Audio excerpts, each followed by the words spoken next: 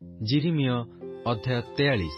अनंतर जिरिमिय एही सबु कथा अर्थात जेउ सकल कथा समग्र लोकंकु कहिबा निमंते सदाप्रभु सेमानंक परमेश्वर सेमानंक निकटकु तांकु पठाइथिले। सदाप्रभु सेमानंक परमेश्वरंकर सेही सकल कथा कहिबार समाप्त करन्ते होसियर पुत्र असर्य, कारेहर पुत्र जोहानन ओ अहंकारी लोक समस्ते जिरिमियंकु कहिले, तुम्भे मिथ्या कथा कहुअछ। तुम्भे माने मिसर रे प्रवास करिबा पई जीव नाही। ए कथा कहिबा पई सदाप्रभु आम्भमानंक परमेश्वर तुम्भकु पठाई नाहांती। मात्र कल्दिय माने जेपरी आम्भमानंकु बद्ध करि पारिबे ओ बंदी करी बाबिलकु नेई जिबे, एथिपाई सेमानंक हस्तरे आम्भमानंकु समर्पण करिबा पाई नेरियर पुत्र बारूक आम्भमानंक विरुद्धरे तुम्भकु प्रवर्ताउअछि। एही रूपे कारेहर पुत्र जोहानन ओ सेनापति सकल ओ लोक समस्ते जिहुदा देशरे बास करिबा विषय सदाप्रभुंक रबरे मनोजोग कले नाही।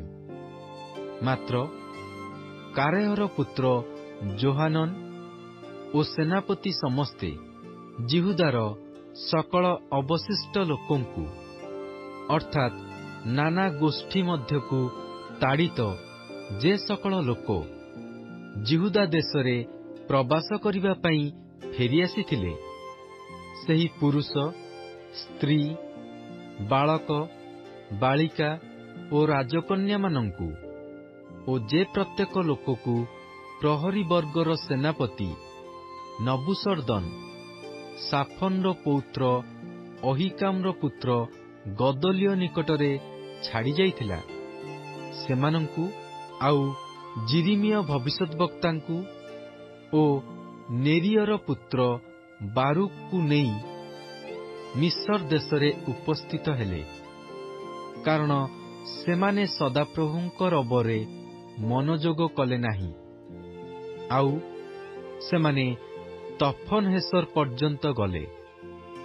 अनंतर तफनहेसर रे सदाप्रभुंकर एही वाक्य जिरिमियंक निकटरे उपस्थित हेला, यथा तुम्भे केते गुड़िए बृहत प्रस्तर आपणा हस्तरे नेई तफनहेसर रे फारगृहर प्रवेश स्थानर निकटरे जो इट्टा गांथुनी अछि तही मध्यरे मसला भितरे जिहुदार लोकमानंको साक्षातरे लुचाई रख।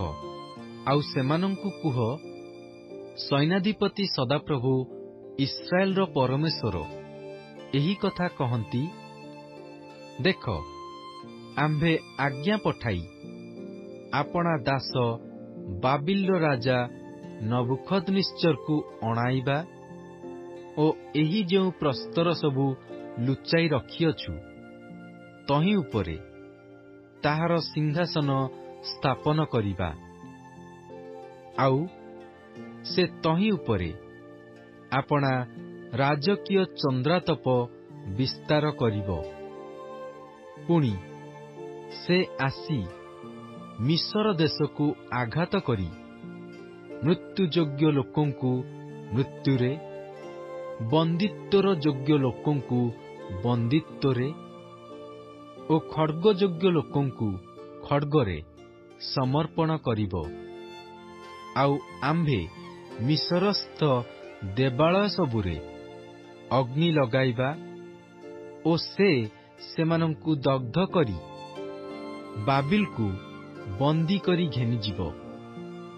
पुणी मेषपालक जेपरी आपणा वस्त्र पिंधे सेपरी से मिस्र देश द्वारा आपणाकु सज्जित करिब ओ से शांति रे ए स्थानरु प्रस्थान करिब।